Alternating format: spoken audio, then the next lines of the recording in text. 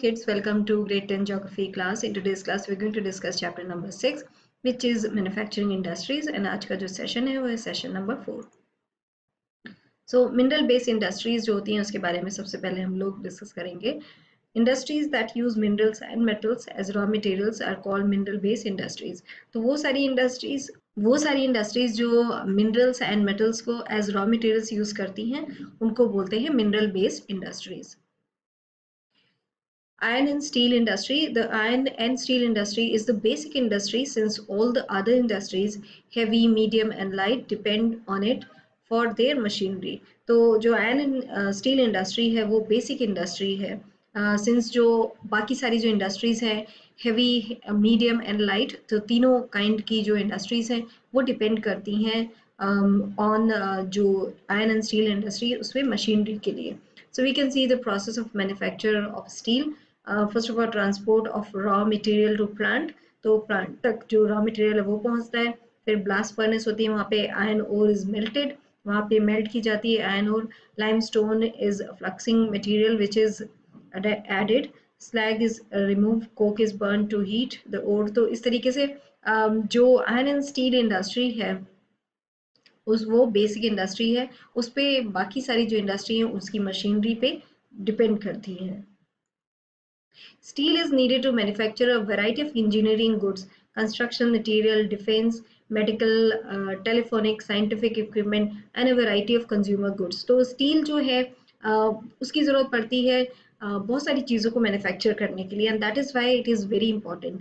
तो जो सारी चीज़ें हैं उसमें से कुछ जो है इंजीनियरिंग गुड्स हैं, कंस्ट्रक्शन मटेरियल में यूज़ होता है जो स्टील है वो, डिफेंस के लिए यूज़ होता है, मेडिकल, टेलीफोनिक, साइंटिफिक, तो अ lot of other things also, जैसे बहुत सारे इक्विपमेंट हैं जो साइंटिफिक एंड कंज्यूमर गुड्स हैं उसके लिए. तो we can see a lot of things जो है वो डिपेंडेंट होती हैं स्टील की जो इंडस्ट्री है उसके ऊपर. स्टील इन सारी चीज़ों में यूज़ किया जाता है. That is why it's the basic जो है उस पर डिपेंड करता है. और सारी जो हैवी और जो लाइट मीडियम जो सारी इंडस्ट्रीज हैं वो इस पे डिपेंड करते हैं.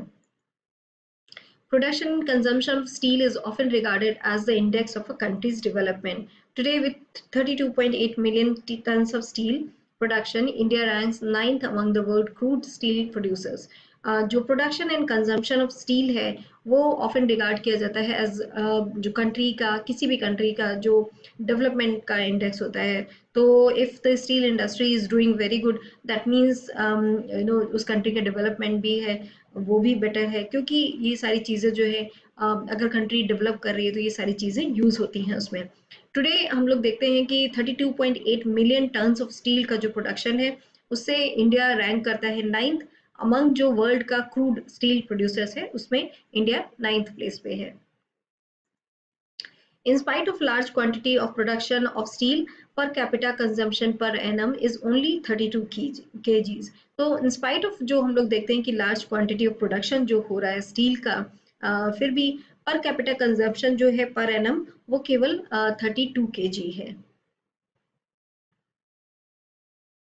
Presently, there are 10 primary, integrated and many mini steel plants in India. In the 1950s, China and India produced almost the same quantity of steel. Today, China is the largest producer. तो presently अगर हम लोग देखें तो there are 10 primary, integrated and जो mini steel plants हैं वो है इंडिया में. And अगर if we look back कि 1950s में इंडिया एंड चाइना जो है इन्होंने प्रोड्यूस किया था same quantity of steel, but today India जो है वो चाइना से पीछे है एंड चाइना जो है लार्जेस्ट प्रोड्यूसर बन गया है. China is also the world largest consumer of steel. In 2004, India was the largest exporter of steel, which accounted for 2.25% of the global steel trade. Chota Nagpur Plateau region has the maximum concentration of iron and steel industries. तो China जो है वो world का largest consumer भी है steel का. And 2004 में India जो था वो लार्जेस्ट एक्सपोर्टर था स्टील का, विच अकाउंटेड फॉर 2.25% जो है ग्लोबल स्टील ट्रेड का 2.25% था. छोटा नागपुर प्लेटू जो रीजन है that is the maximum concentration of iron and steel industries जो है वो उसी जगह है, that is Chota Nagpur plateau reason.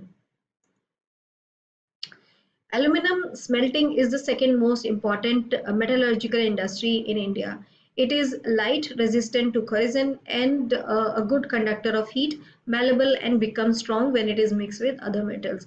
तो after steel if we talk about aluminium, तो एल्यूमिनियम स्मेल्टिंग जो है वो second most important metallurgical industries अगर हम लोग देखें तो उसमें सेकंड मोस्ट इम्पॉर्टेंट इंडस्ट्री है इंडिया में. एंड जो एल्यूमिनियम है वो हम लोगों ने बच्चों आप लोगों ने भी सबने देखा होगा कि किस तरीके का होता है एल्यूमिनियम. वो लाइट होता है, उसमें कोरोजन नहीं होता है, एंड वो हीट का भी गुड कंडक्टर है, मैलेबल है, एंड ऑल्सो वो स्ट्रॉन्ग बन जाता है when it is mix with other metals. तो दूसरे मेटल्स के साथ उसको मिक्स किया जाता है, then it becomes strong. It is used to manufacture aircraft, utensils, and wires. It has gained popularity as a substitute of steel, copper, zinc, and lead in a number of industries. So, if we see कि जो हमारा aluminium है उसको use कहाँ किया जाता है, तो उसको यूज़ किया जाता है टू मैन्युफैक्चर एयरक्राफ्ट मैन्युफैक्चरिंग में यूज़ होता है. यूटेंसिल्स यहाँ हम लोगों ने देखे बनते हैं, एंड वायर्स हैं उसमें यूज़ होता है. एंड नाउ जो एल्यूमिनियम है it has gain popularity as a substitute जो है स्टील का, कॉपर का, जिंक का, and lead in a number of industries में वो इनका सब्स्टिट्यूट भी कर रहे हैं. There are 8 aluminum smelting plants in the country located in Orissa, which is Nalco and Balco, West Bengal, Kerala, Uttar Pradesh, Chhattisgarh, Maharashtra, and Tamil Nadu. In 2004, India produced over 600 million tons of aluminum. तो जो smelting plant है India में, तो there are 8 aluminum smelting plant in the country जो located हैं Orissa, West Bengal, Kerala, Uttar Pradesh, Chhattisgarh, Maharashtra and Tamil Nadu में. 2004 में India ने जो प्रोड्यूस किया था एल्यूमिनियम, वो था over 600 million tons of aluminium.